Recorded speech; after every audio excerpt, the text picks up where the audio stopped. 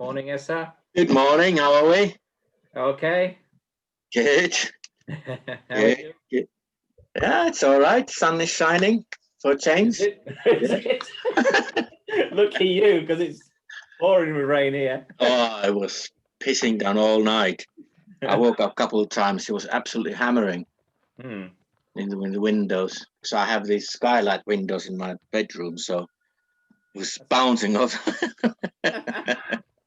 Suppose it's nice when it's sunny, but it's Yeah. I quite like the sound of rain, but you know, the limit. Not all night. Yeah. Morning, How's Kate. your year started? Hi. My new year, it's all right. It's I'm keeping busy. It's the main thing, isn't it? Good. We all try that. Yeah. But no. It's doing all right at the moment. Good. Got a couple of projects on, but Good. always looking for more. Yeah. Aren't we always? Especially at the moment, it's like the only thing keeping us going. Yes. It's strange times, but Whereabouts are you based, Robin? I'm based in Bristol. Oh, okay. Yeah, so it's fairly central. But like I tell everybody, the way I work, I can work with anyone across the country. Yeah. That's great. Yeah. I consider myself an off-site financial controller. I don't like the word outsourcing. Yeah, that is a good one. Yeah. It's kind of disconnected from the business if you say outsourcing, whereas off-site kind of just means that you're not actually on site, but you're still with them. So part of the team. Part of a team and everything. So yeah, that's great. So yeah, it's I tend to always refer to myself. Good. Not gone down the virtual financial controller route then? Well, he's not. Makes you sound like you're just an apparition. Yeah, it's like not real. Avatar. Yeah, an avatar. Yeah. Yeah. No. No. I'm not that virtual. I'm too. You are real. Bound to be virtual. Don't know what you're talking about. Yes, I used to wake people up in the morning meetings when I used to start talking. Oh, really? Oh, the 10 at 10. Yes. But, yes. Oh, funny. Now we're getting people starting. Good morning, all. Good morning. Oh, no. How are you? Yeah, all good. Thank you very much. I'm in a rather foggy-looking Dundee this morning. I hope somebody's got some sunshine where you are. No. Yes. I can't bring that, I'm afraid. Yeah. Where are you, Robin? I'm in Bristol, but it's raining here. Essa's got sun up in Cheshire. Oh, that's good. I think that some people there are forecasts for snow in some places today. Sun always shines in Cheshire. Oh, really? Well, we might all up funny when I used to live there. When I used to live there, it didn't shine that much. Morning, Morning, Jan. Morning. How are you? Oh, bearing up. It's the rest of the world, I reckon. Well, I have to put my glasses on. You go all blurred when I take them off. Good morning, all. Good morning. Morning.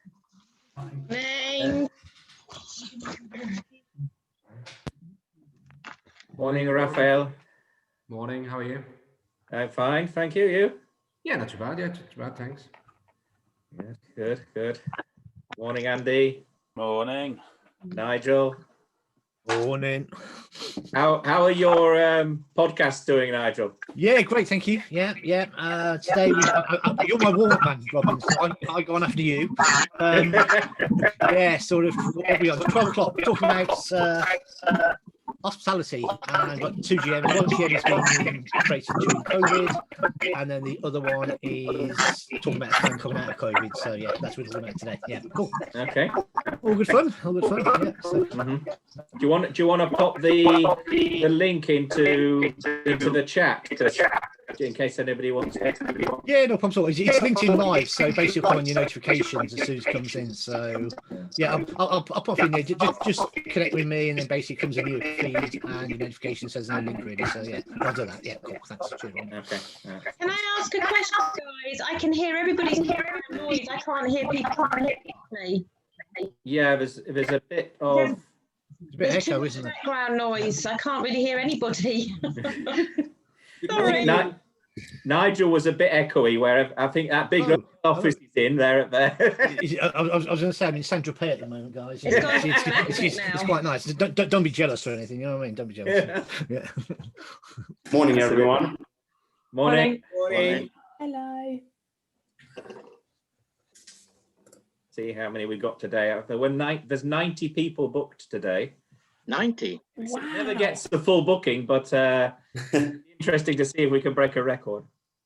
Very high occupancy, Robin. Very high occupancy. Well done. Yes. Yeah.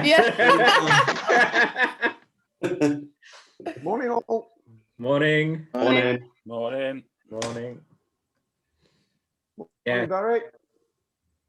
Kevin, morning. How are we doing? Yeah, good, thank you. Morning, Barry. Morning, folks. Cameron, hi there. How are you doing? Very well, thanks. Steve, you made it in the end. I did, but I can only stay for 20 minutes. Sorry. Okay. Well, we've got Andy on first because he has to dash later. Oh. Anyway, so just your subject. Give me 1 second, guys. Yep, don't worry. he's gone now. Get him off. Morning, Julian. Morning, Yeah, Claire. Morning, Jan. Morning, Morning all. Good morning. Good morning. Morning. Everybody all right?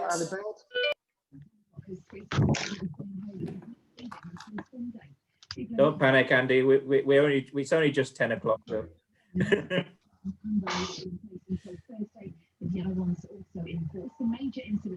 What's happening in Ireland? Because I sort of tend to talk about the yeah. No. It's all closed. All closed as well. Postman came at just the right time. I was actually reading an article this morning. Apparently, it's going to be the longest lockdown since the starting of the pandemic.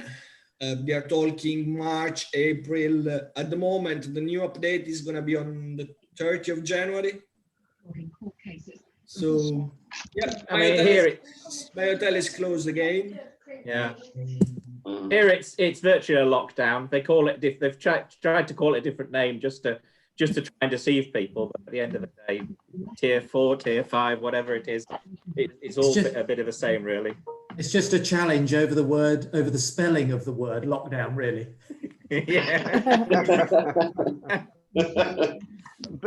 but there was some good news yesterday with the G7 going to Cornwall. At least that's yeah. Is that a hint? Is that a glint? Is that a green shoot for us all?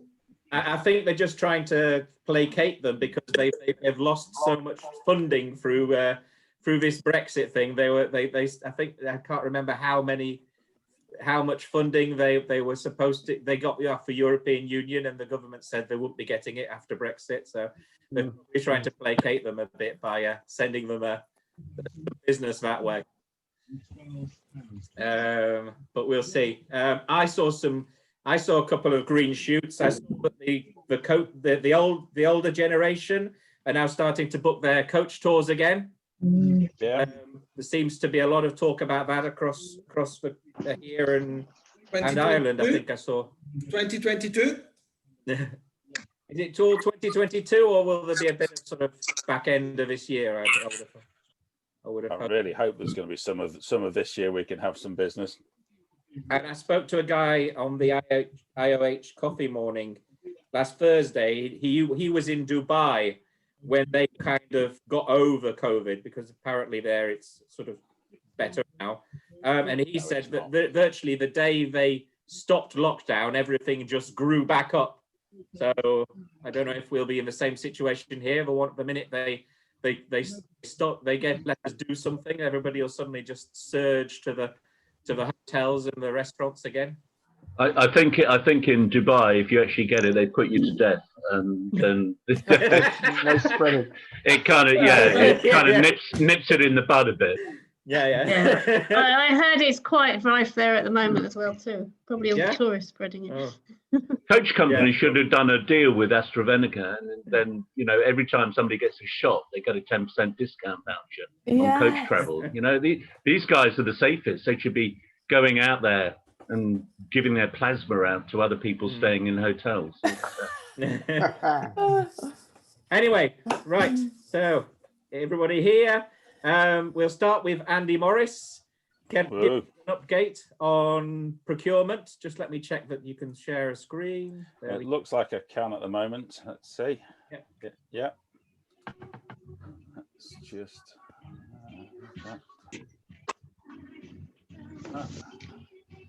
Have you all seeing my screen all right there? Yep. Can I just do one thing? Can I just mute everybody? And then if Andy can unmute. There you go. There we go.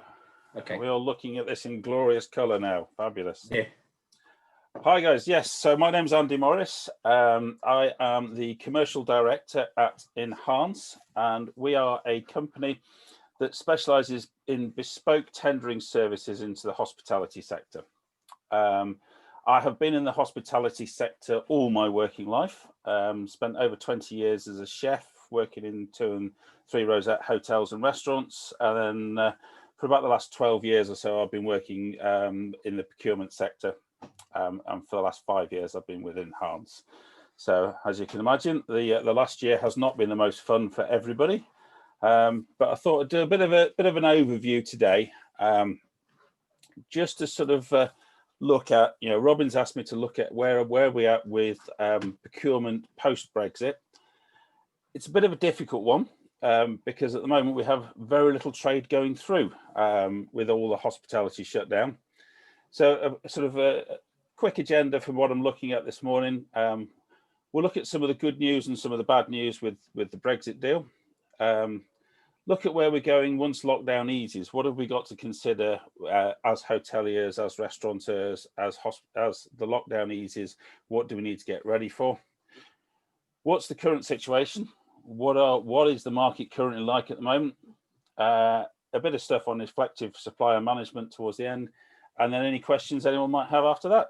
So, as we move on, so post-Brexit, well, the good news is, we have got a free trade deal with the EU. That's what the headline tells us. And UK companies can trade tariff-free with the EU. Fantastic. We all raise our hands, and that's amazing. But I'm sure we've all seen there is some news out there at the moment with regards to the Scottish seafood farmers. There will be extra duties applied. Here's one of the ones. There will be extra duties applied for non-EU goods that come through the EU. So if something's come from China, has stopped in Europe on the way to the UK, there will be extra duties, because there will be duties chargeable as it comes into the European Union, and then there will be duties chargeable as it leaves the European Union to come to the UK. As we've seen, there is additional paperwork that is causing delays. And we've been speaking to some suppliers are seeing additional charges are being applied to goods coming from Europe into the UK currently. I'm sure there are a lot of teething issues, but this is just how we're seeing things at present. So that's a very brief overview of where we are, post-Brexit. It's very difficult to see exactly where the market is going, because we have no evidence at the moment, because trading is so low throughout the hospitality sector.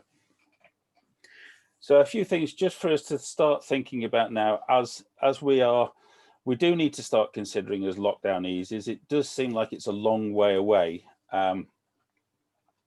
but lockdown will ease. We will go back to trading again, and we all hope that the trading will be very strong for the rest of 2021 and on.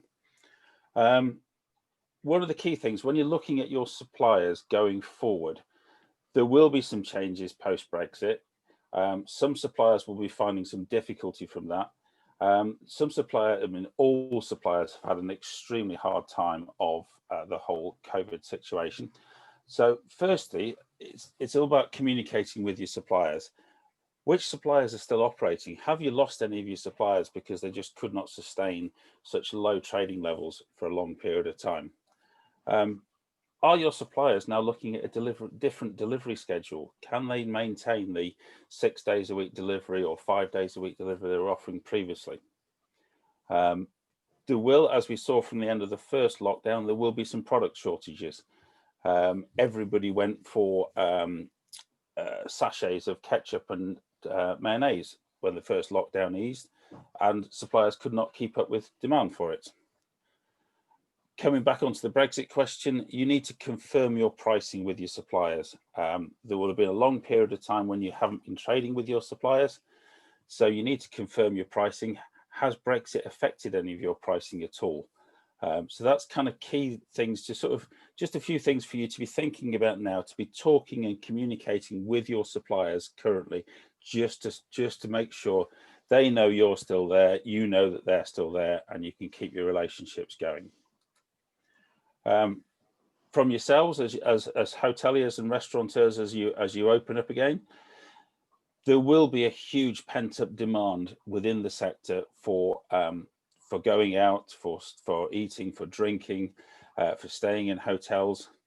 And are you ready to scale up? We had clients when they first reopened after the first lockdown, and they said it was like I've been walking around in slippers in my lounge, and then suddenly someone asked me to put my Nikes on and go for a 10-mile run. It was just very difficult to get going again. So are you ready to scale up and be busy from day one? Do you need to simplify your menus? Do you need to be, this comes back to talking about your suppliers. Can your suppliers deliver all the goods you're looking for? Are your menu costings correct? Have prices changed? Is there an impact from what's available? We have heard the stories about the Scottish seafood farmers not being able to get their goods to market in Europe. Are we going to have the same issues with the fish farms in the Mediterranean for things like sea bass? Are they going to be able to get them to market in the UK in time? Have there been any changes to the rules on social distancing protocols? This is a key one because obviously the rules are changing all the time, what you can and can't do. Are you up to date with all that with your business? Just because you close down with a set of rules does not mean that when you open up again, those rules will still be the same. And, obviously key to all this, as a business opens up, you've got to be able to manage your business levels. You don't want a load of bad press as you open up again, which is going to damage you for a long period going into the future. You want to start off on the right foot and really build back stronger. So that's kind of some things to sort of think about as the lockdown eases, as Brexit will be an issue. It's not really rearing its head at the moment because we haven't, as I said, we haven't got the trading levels to show that. So just to sort of, to follow on from that, a bit of an overview of where the market is currently and what we're seeing in the market. So as we're looking at dry and frozen supply, a lot of the large suppliers have got plenty of non-perishable stock in. They are well stocked. They were planning for a no-deal Brexit, so they have got lots of things in their warehouses, in their freezers that's ready to cover for that.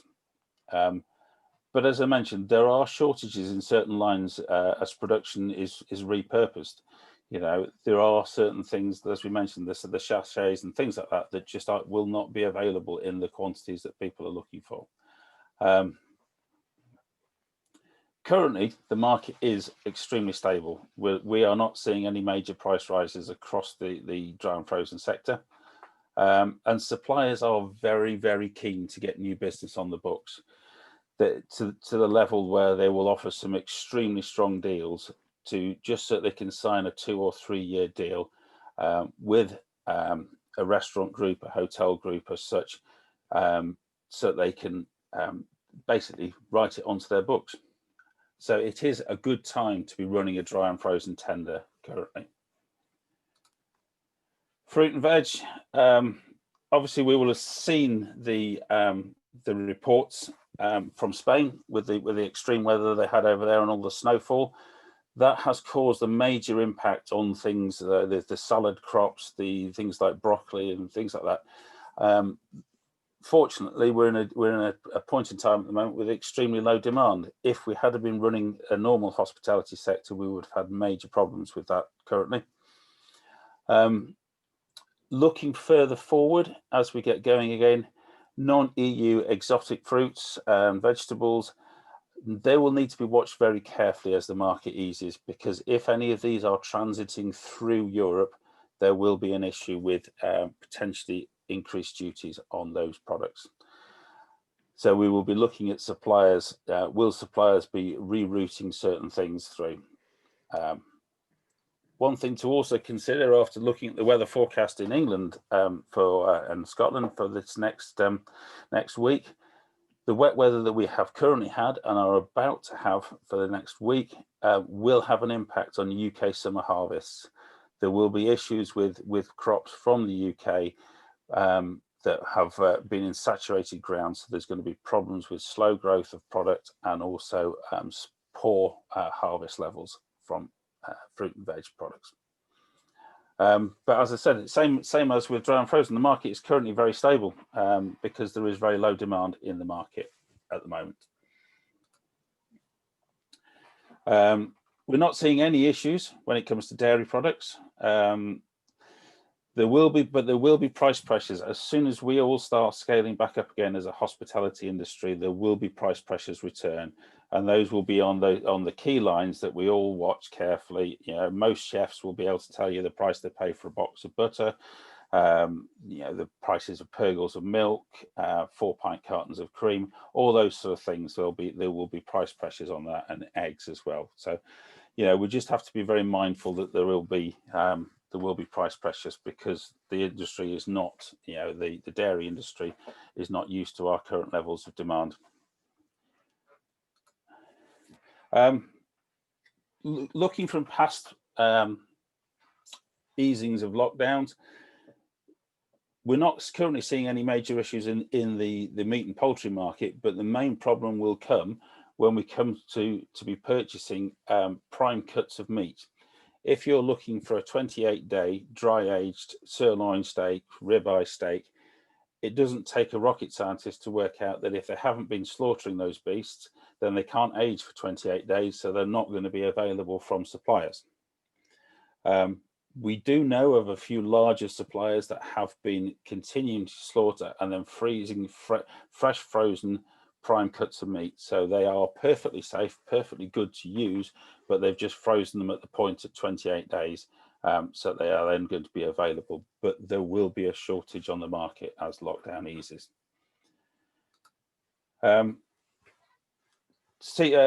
seafood market, we have all seen there's a lot of publicity currently out there with regards to the Scottish seafood getting to market in Europe. We're seeing the similar problems with other seafood throughout the UK.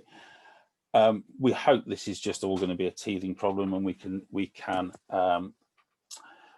get past this in time. But we do have to watch this very carefully. And as I've said already, you know, we will also, as the market comes back again, need to be watching the Mediterranean seafood, fish and seafood, as that is looking to come into the country. We import huge quantities of sea bass from Europe, so we'll need to be watching that very carefully. Currently, at the moment, talking to our seafood suppliers, the market is good, the pricing is low.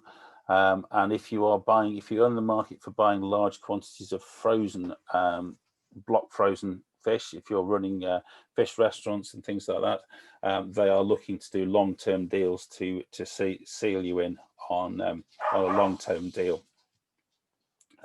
offering some very competitive rates for that currently because they want to get the business on the books.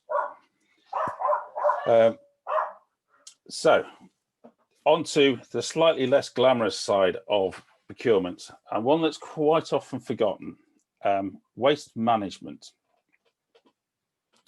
So waste management is certainly not glamorous, but what we are seeing currently in the waste management side of things is that because of the low trade of hauliers coming from Europe and going back again, hauliers quite often come into the UK full and then return back to Europe with recycled goods for recycled processing within Europe. Because of the low volumes, there's very little actually going back to Europe. This is causing issues because we've got a backlog of recycling waiting to go back to Europe. Two of the biggest areas where we are actually sending recyclable waste to in Europe are the Netherlands and Sweden, and they're actually looking to increase their taxes currently. So that is going to impact on the cost of your waste recycling in the future. Just one second. So we also export internationally a huge amount of recyclable waste, huge amounts. And you might have seen some programs from Hugh Fearnley-Whittingstall when he's looked into this. Send it a lot across to a lot of the emerging markets. A lot of these markets now are drying up. They are now refusing to take waste from not just from the UK, but from around the world because they haven't got the capacity to process it. We also do not have the capacity to process it in the UK, so we are heading to a situation where we are going to be required to have much greater separation of our recyclable products. So that means it's not just sticking everything in a mixed dry recycling waste bin. It will have to be separated between glass, paper and cardboard, plastics, so that it can be properly recycled without having to be sorted first. And when you're looking at waste management and looking to go out to market on waste management, it's often the case with all the things that I've just mentioned in the market, that the same deal that you had last time is probably not going to be the good deal going forward. Because if you just carry on as you are likely to be paying considerably more than you're currently paying. So that just gives you a sort of a few things to think about when it comes to waste management. As I say, not exciting side of things, but it's a very large chunk of expenditure. And just to give you an idea of some of the things we were talking to a supplier, not on waste management, but on chemicals. He's now looking at, the suppliers from Europe are charging him £140 a container to come into the UK if that is filled with a single product. If he has two different each different type of product he puts into that container, the supplier will be adding another £8 of admin charge. So we've had 50 different products in that container. He's got the 140 plus 50 times 8 as well. So you can see very quickly the costs are going to increase greatly for bringing some products in from Europe, because the European suppliers are adding the admin fee onto their costs. Okay, so thought we'd just sort of talk a few things as I've given you an overview of where we feel the market is going to be going post-Brexit, where the market is currently, and then looking forward for 2021. Operators are going to be looking for procurement to provide revenue growth. This is a fact that's been borne out from several surveys. Operators are looking for procurement departments to deliver savings, which, as we've seen in previous presentations, feeds through to revenue growth, bottom line revenue growth through the savings that can be achieved. So what should you be doing now? It's a very strange time in the industry at the moment. We're not used to not being busy. We're not used to not having our venues open. But how can we best use our time to really go forward and be strong as we ease out of lockdown? So the first thing I would say is, you need to be running full category tenders based on a fully weighted basket. So, look at your 2019 spends. Don't go to suppliers with your 2020 spends because there won't be much there.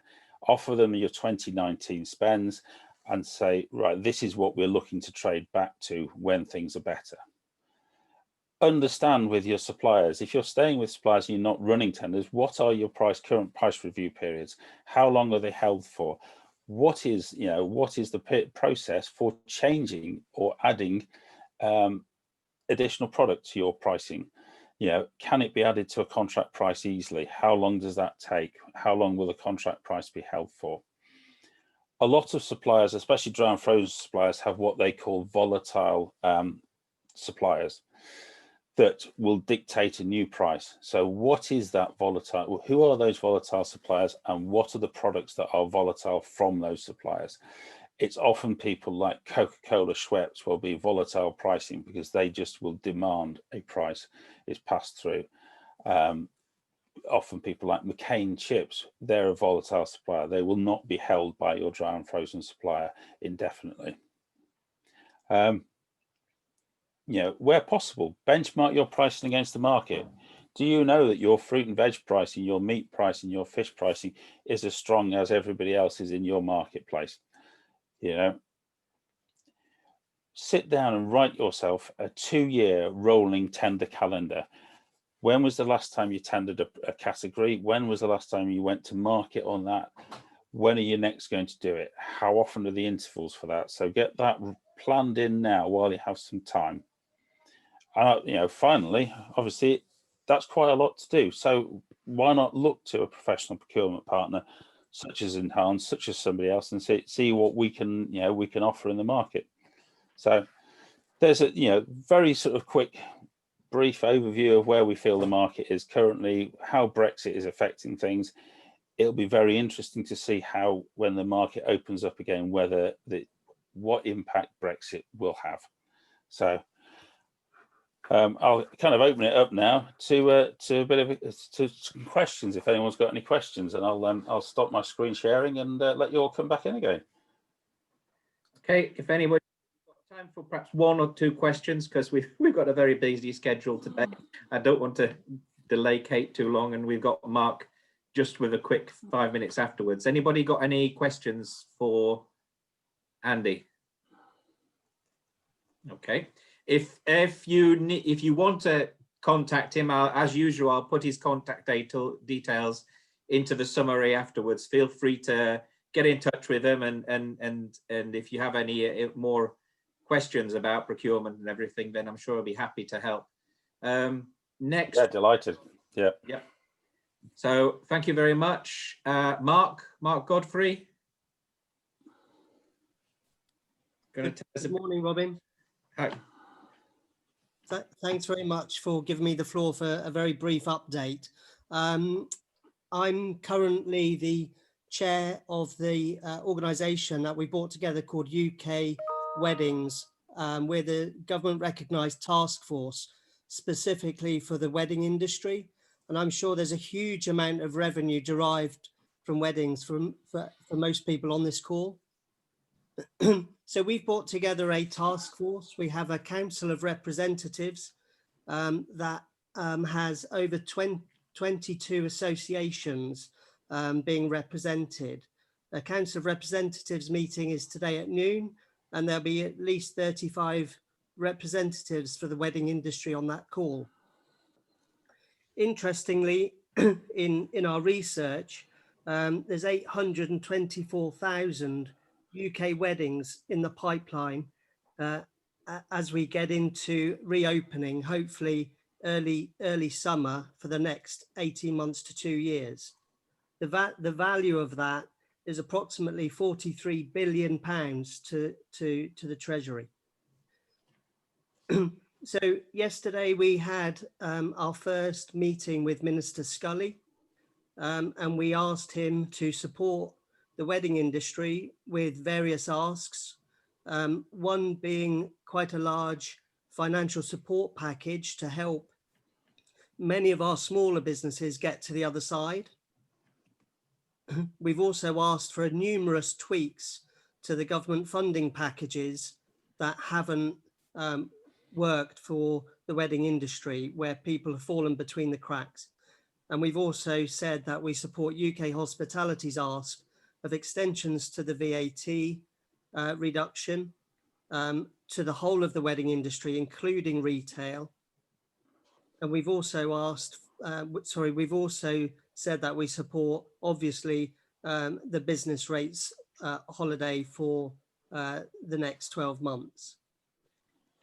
On top of the financial asks, we've also suggested that in terms of opening up, that we align to the tiers as the vaccines are being rolled out. We'll go back into a tier system, and that weddings are realigned to various capacities of social distancing depending on venue size. So he committed to giving us more resource to put behind that.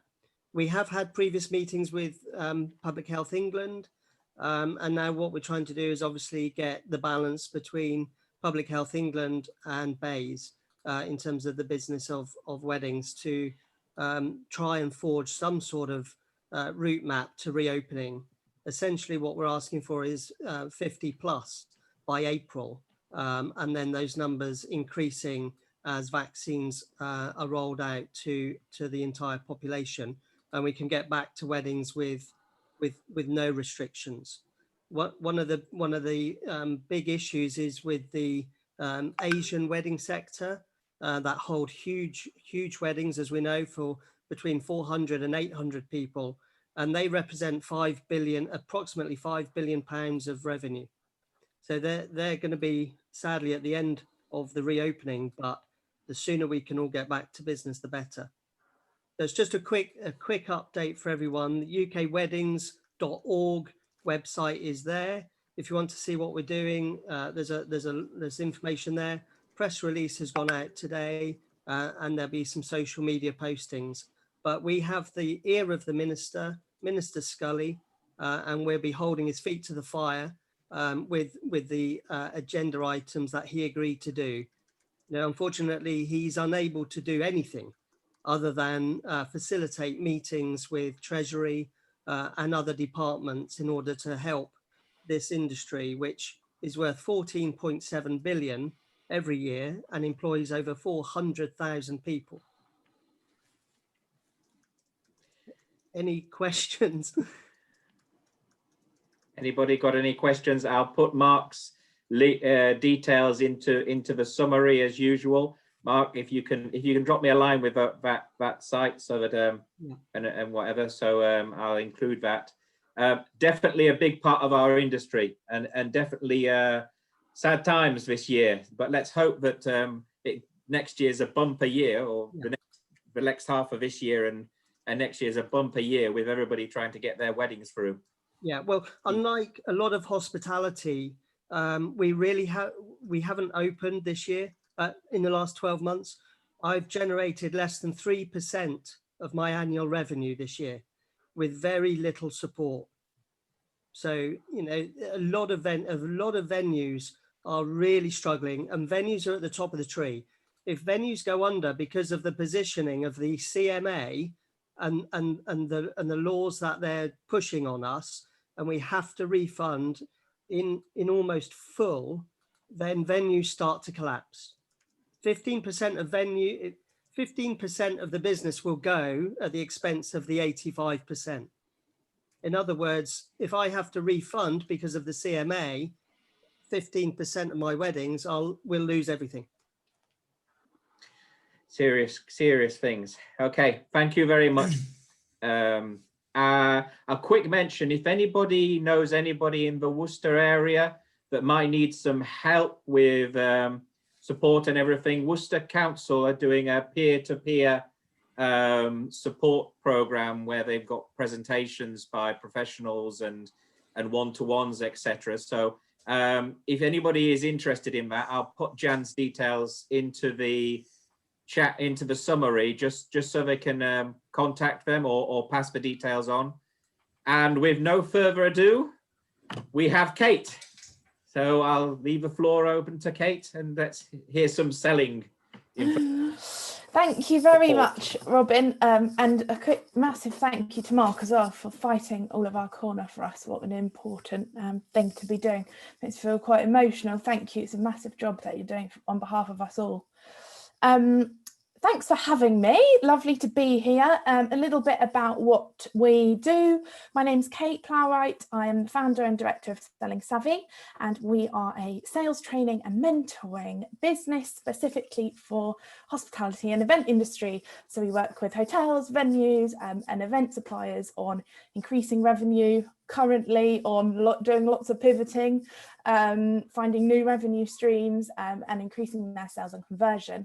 We specialise in the event and hospitality industry, and we really believe in accountability and empowerment of teams and making sure that they all feel confident to be able to sell effectively. We've only ever received 5-star reviews, so I'm now working really hard to maintain that, because 1 4-star review and we won't be able to make that claim anymore.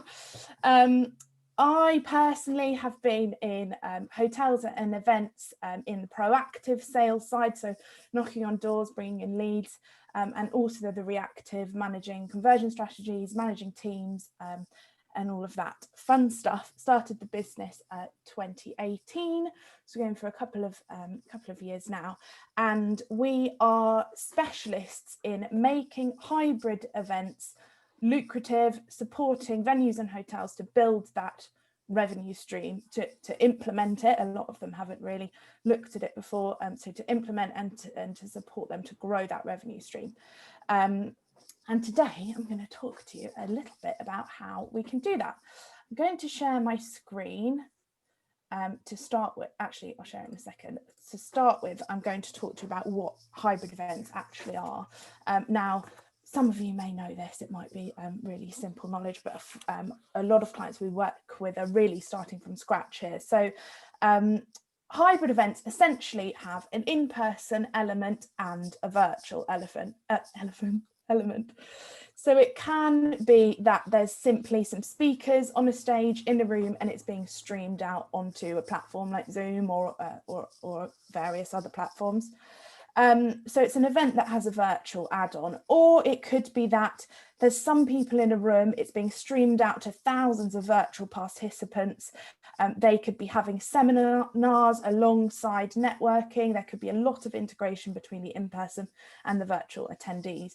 So it can be a huge, there can be quite a spectrum on how it works. A few examples of hybrid events: they can be ticketed, so perhaps people pay and buy a ticket and pay to attend, and maybe an in-person or a virtual attendee might pay different price points. This could be the kind of revenue stream and the reason for the event going ahead. They could also be free to attend, so lots of webinars. There's been loads of free webinars over the last year that have been free to attend. There can be revenue streams associated with it, like sponsorship, which you would have often in in-person events as well. It could be internal company events, so they just want to maybe roll out a new product to the sales marketing team, team meetings, team building, all of that good stuff events that we're so used to running pre-COVID, and some during the last year as well, to be fair.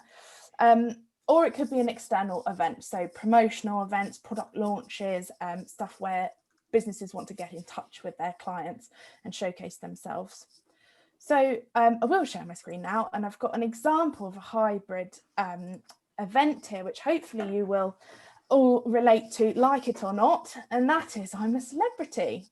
It's got all of the components necessary for a hybrid event, which I'm going to go through now. As a venue or hotel, you don't need to be able to deliver every single one of these components. You would partner with people who do it, but your teams need to understand a little bit about what's in the background of a hybrid event in order to be able to discuss it with confidence with your clients.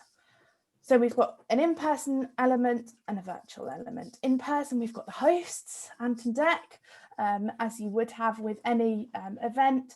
Obviously, you've got the venue, which this year was the castle, if anybody watched it. The speakers, which essentially are the celebrities, use that word loosely. And you've got the content and the team, and essentially the team building, which is the tasks. You've got the event, the AV company, the event tech platform, the marketing, PR, and the event company all rolled into one, into ITV. They do all of that kind of management. They manage the AV. Obviously, they're a huge business, so they're able to encompass all of those. It's free for us to watch. So as I mentioned, this is a free event, as it were, for us to get involved with. And therefore it has a sponsor, which took me ages to find out who the sponsor was, because there's been so many. But this year, apparently it was Tombola. So they are the people that pay for the event to be put on, that pay for us to watch it, that pay all the huge wages for the celebrities. We also have an audience, me, who watch it, which is obviously essential to any event. And then lastly, they have excellent audience participation. You can download an app, you can vote for who does the tasks and who leaves that week, which means that whatever happens on the show, the audience are dictating. So this is a kind of easy way of describing what a hybrid event is. Please do, I should have said, add in the chat if anyone's got any questions, any comments or anything. Would love to answer them. So in our industry, what does this mean? Why are we bothering to learn about hybrid? Hybrid events have been going on pre-COVID, believe it or not, although lots of people have only just heard about them as a bit of a result of COVID. With the, like we were saying, is there going to be a flick of a switch and all event business comes back and suddenly we can run events for hundreds and thousands of people? We don't know. The predictions are, and I'll go through some stats in a minute, that hybrid events are here to stay for the medium, if not long term. Where's my cursor? So what do the bookers say about hybrid? 97% of event marketers believe that we'll see more hybrid events in 21 than ever before.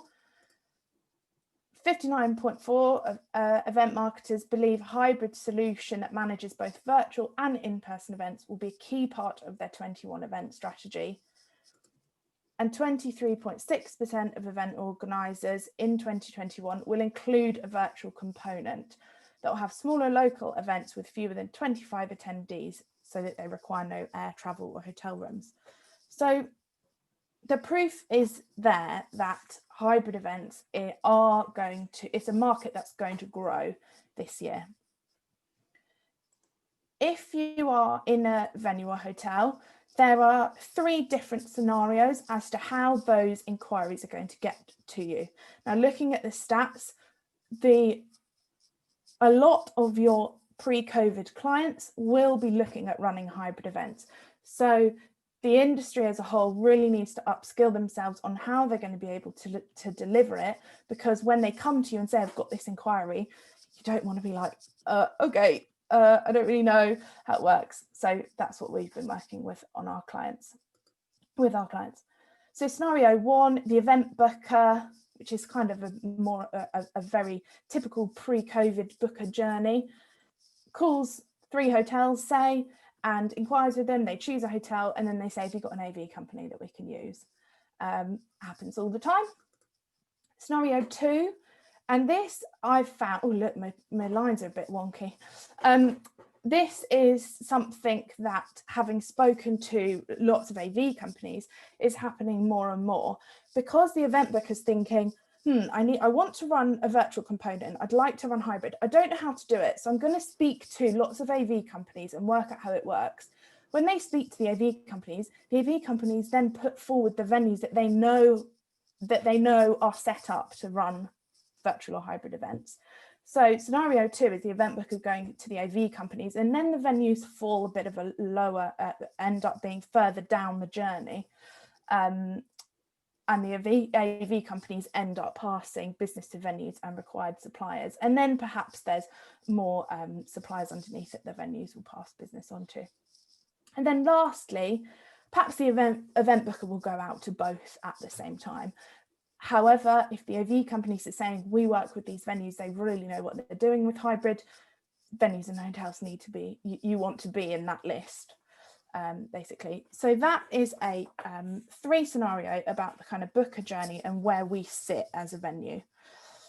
So how can, stop sharing my screen for a minute, and please do fire away in the chat if there's any questions or anything. So how can selling hybrid events immediately benefit hotels? First of all, large event bookings, and we've been saying this for the last 10 months, high revenue events, the chances are they're not going to be coming back that soon, unfortunately, and lots of venue finders and things have been saying that they're looking at 22 at least to run larger events. However, with a hybrid strategy in place, with the knowledge of how to deliver, how to partner with the right companies and deliver them effectively, you can run large events. Granted, you won't get the 100% of the revenue because some of that will be going to AV companies, but you will be able to sell your space in a hybrid. The hybrid is the solution to do that. Also, you can use it as a bit of a backup plan for larger events. So if you do get inquiries, they may be a bit nervous to sign a contract towards, in September, or even further. I've got clients with inquiries in-person inquiries April and May. It's an excellent backup plan and can be used as a really useful conversion tool. Yeah, we're a little bit worried as well that maybe you might not be able to run your event, but don't worry, because we're fully set up to just flick of a switch and we can transform it into hybrid. We know what we're doing, we've got the partners to deliver it, and we'll split the revenue internally. So it can be an excellent conversion tool to get those contracts signed and to still deliver those events. Obviously, you can showcase your venue to a much larger audience, because especially with these larger hybrid events, they can be streamed out globally, some of them, so you'll be able to showcase your venue in the background as well. I'm sure you have seen several venues who have pivoted to hybrid, some of them extremely early, huge kudos to them, who even in lockdown transformed spaces to be able to deliver more virtual and hybrid events. And money loves time. This phrase, I've heard it recently and I love it. The quicker you do these things and the quicker we all pivot, the more we can establish ourselves as experts, and the more we can close bookings off the back of it. So essentially, you don't have to lose the business if you have this great backup option. I've also put a little note about Brexit here, that who knows which way Brexit's going to tip our revenue scales. There's been feedback from both angles, from the people that I've been speaking to. Some are saying, well, we're not going to be traveling because it's going to be more expensive. Some are saying, oh no, the rates decreased loads, so we're going to be doing more. However, being able to offer this solution really means that whichever way the scales go, you're covered. Let's have a look at some of the comments. From a venue perspective, there's a lack of understanding with the AV companies. The use of jargon doesn't help the venues to sell, definitely. We're currently looking at various platforms for our partners. Yeah, we've done exactly the same. Imagination running low. This could be amazing for weddings, definitely. Weddings, I've seen hybrid weddings, they work really well. And they've been streamed out, it's worked great. And especially if you partner with the right company, because the integration between in-person and virtual can actually can really enhance the experience. It doesn't have to be that they're very separate. There you are. Hybrid wedding trends feature heavily in 2021, definitely. So I'm just going to give you share my screen again and just give you some top tips for how to actually sell it. This is obviously part of a massive 3-hour workshop, but I just wanted to give you some little tips. Firstly, collaborate with an AV company to be able to deliver them. Like you said, you don't need to know which lead plugs into which, how it all works, but you do need to know a minimum amount.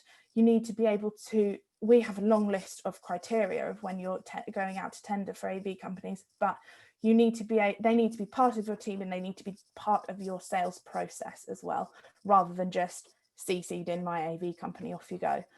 So in order to put an effective hybrid strategy together, you need to have a close relationship with them.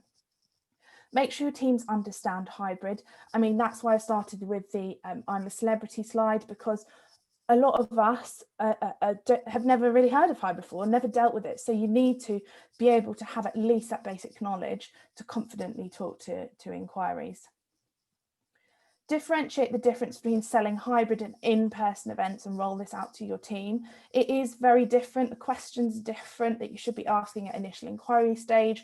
What's important to the client will be different, and the reasoning behind whether they've chosen hybrid or in-person will be different, and they need to understand the answers in order to effectively negotiate and close. Call all old bookings and tell them that you can hold their event. So all of those, that painful, I think it was only about 2 weeks where all of the hotels were getting postponed, all the phone calls that were coming through were postponements or cancellations. Now is the time, or once you've upskilled on hybrid and you can implement it, now is the time to get on the phone to all of those old bookings and say, it's such a shame that all that happened, but we've got an answer to your we've got an answer to it now, and we can hold your event. Use a hybrid offering as a conversion tool. Like I said, we go through a reactive strategy on how to convert the business, and also a proactive on how to find it. Obviously, you need both sides of the coin to make good revenue. And then lastly, use our hybrid event inquiry form, which Abby, my colleague, is going to put in the chat for you to download it and give it to your sales teams. Is in addition to the questions that they would usually ask, and I'm sure they've got inquiry forms that they sort of work through. These are additional questions that will help you close hybrid event inquiries, and will also help you work closely with AV companies to be able to quote and deliver effectively. Has anyone got any more questions? That feel like that went a lot quicker than I anticipated, although maybe not for everybody else. Can't get my his chat. Let me know if you do have any questions. Cost for AV versus actual completely depends on the type of event, how many people they're streaming out to, if they've got lots of speakers on site or just 2 speakers on site, how many people they've got on site, all of those things. There is, I think, having spoken to AV companies, there's a limit of, I wouldn't want to give the limit, but a couple of hundred people, where actually an in-person event and a hybrid event isn't that dissimilar in terms of total price to client, and then it starts growing because you need a lot more equipment. Oh, Craig attended a hybrid funeral yesterday. Wow, I've not heard of that. A very good way of participating and supporting each other and families. Yeah. So that's my tips on hybrid. We are Selling Savvy specialists, as I say, in supporting venues to sell hybrid. We've partnered with 3 AV companies, Air Event Solutions, Q Events, and SFL. I interviewed lots of companies to make sure that we were partnering with the ones that have the same morals, selling ethos as us. And that's it. This is me. Please connect with me on LinkedIn if you'd like to, and drop me a line if you have any questions or anything. And that's that. Thank you very much, Kate. That was excellent. Are any of the, has anybody involved in any hybrid events in the past year to sort of have been sort of running them in their hotels or anything like that? Have they found any success with it? No. Okay. I did see going back to Mark's Mark.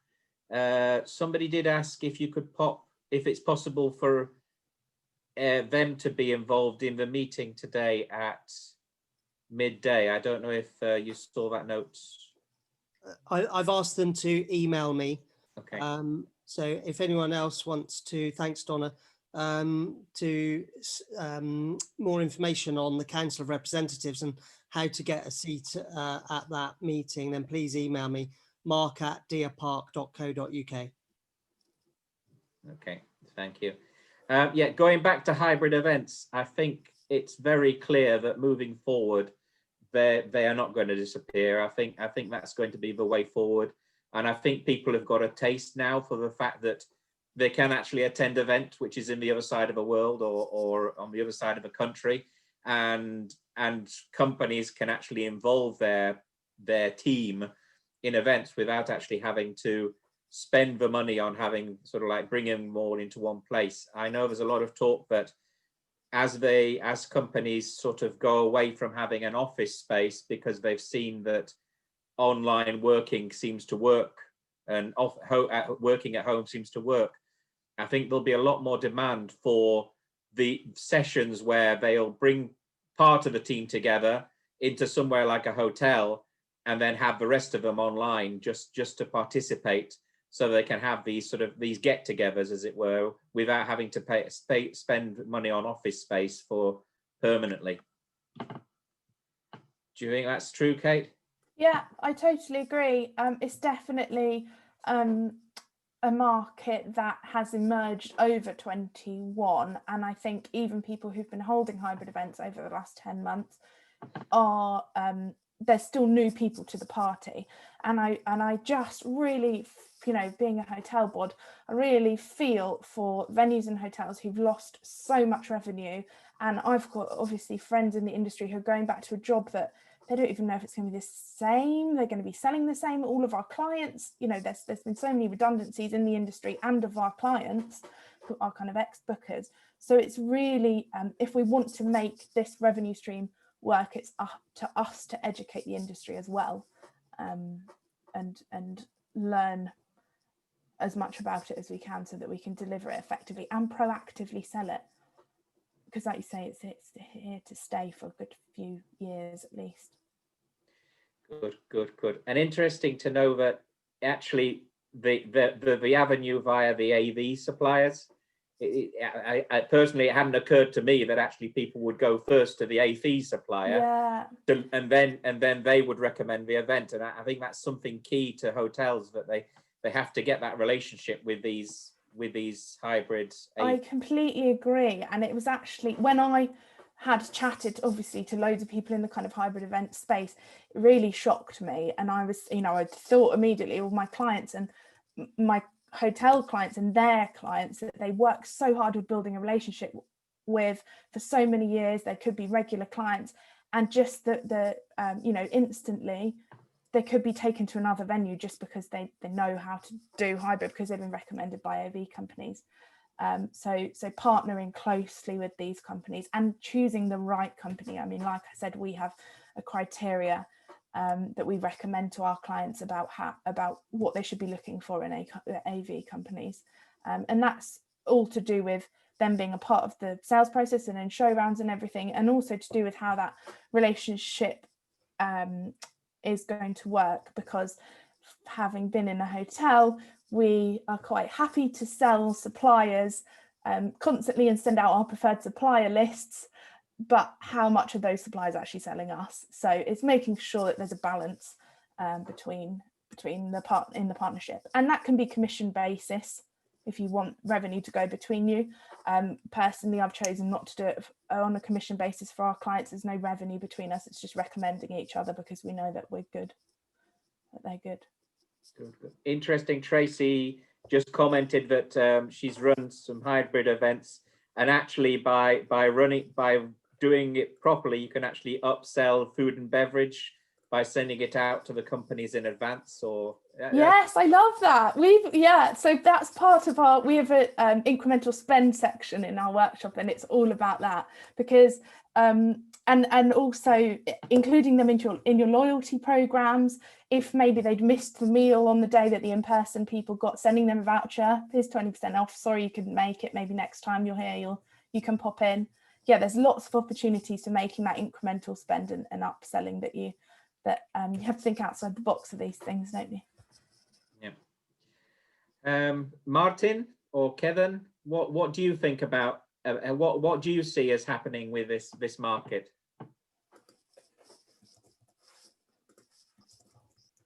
I think Kate's right. I mean, moving forward, hybrids and virtual events. I think virtual events in the next few months are going to be key. But moving forward with venues, with companies wanting to have some interaction, I think the hybrids will move forward as well.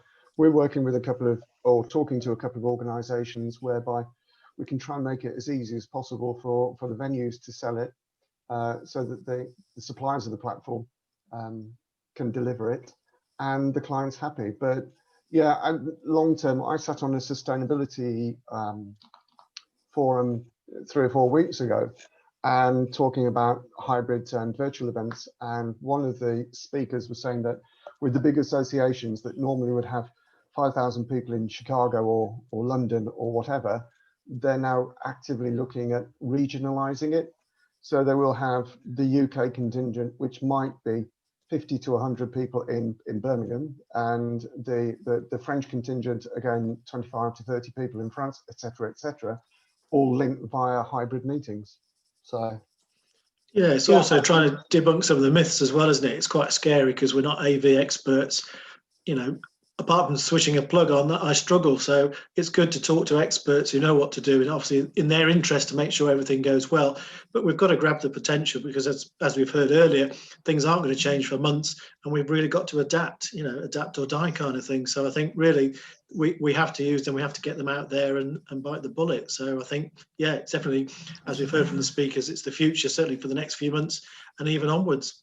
I think, Martin, you're so right that I'm not the most AV technical person either.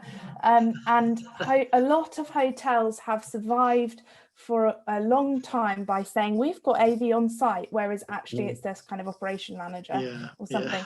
This is a lot, obviously, more complex. We don't need the ops team to understand it to its full potential. Part of your partnership should be that there's AV support on site, that they train all of the speakers before.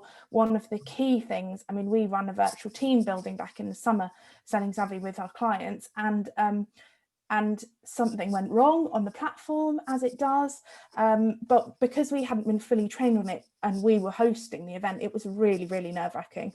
And so even for the speakers on the day, just kind of preempting them, getting the company to preempt them about what might go wrong, because otherwise if you're on stage it can be really scary. It will be scary, but I think we've got to embrace it, and it's in the company's interest, the AV companies, the hybrid companies, to make it work, because we've got to have confidence. You know, you walk into a meeting room, you get your coffee, it's all what we know, but it's a bit unknown at the moment. So we've got to respect, and hopefully the people that can help us know what they're doing, and I'm pretty sure they do. Yeah, definitely. And I think another point is, we all know, certainly from our point of view, and Jan will know as well, that quite a few venues are struggling. It's okay for residential, so you can do sort of emergency services and the likes. But for those venues that are non-residential and whose business is built on people bums on seats, at the minute they have no revenue. But with the right agreements in place and the negotiation of the relationship between a platform provider and the venue could be a much needed revenue stream. Yeah, and also, yeah, totally agree. I think in the kind of longer term, it's also about getting a strategy right, because when events boom and we're suddenly getting, you know, 100, 200 people inquiries, what does your space look like? Do you want to still be offering out hybrid events in your largest room? Because maybe it doesn't make as much revenue as in-person events are.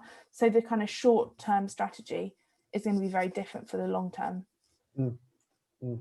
I'd be interested to know if anybody's reconfigured any of their bedrooms into micro meeting rooms. I think I've got clients who've reconfigured their event space into kind of hot desking and office space, I guess, when they were allowed to open, but in that didn't bring in a huge amount of revenue, mostly because I think people were penny pinching. Something that we've seen with one of our suppliers, Stay City, is that they've been making their bedrooms not into offices, the bed's still there, but giving more consideration to lighting and really good Wi-Fi that's good enough that you can have a digital event from a room if you're presenting and be confident that that Wi-Fi is going to be much better than it might perhaps be at home. And that's something that we've seen them push out, and making sure that the desk and they can actually work at it and that the lighting is appropriate for. That's fascinating, Kat. Fascinating.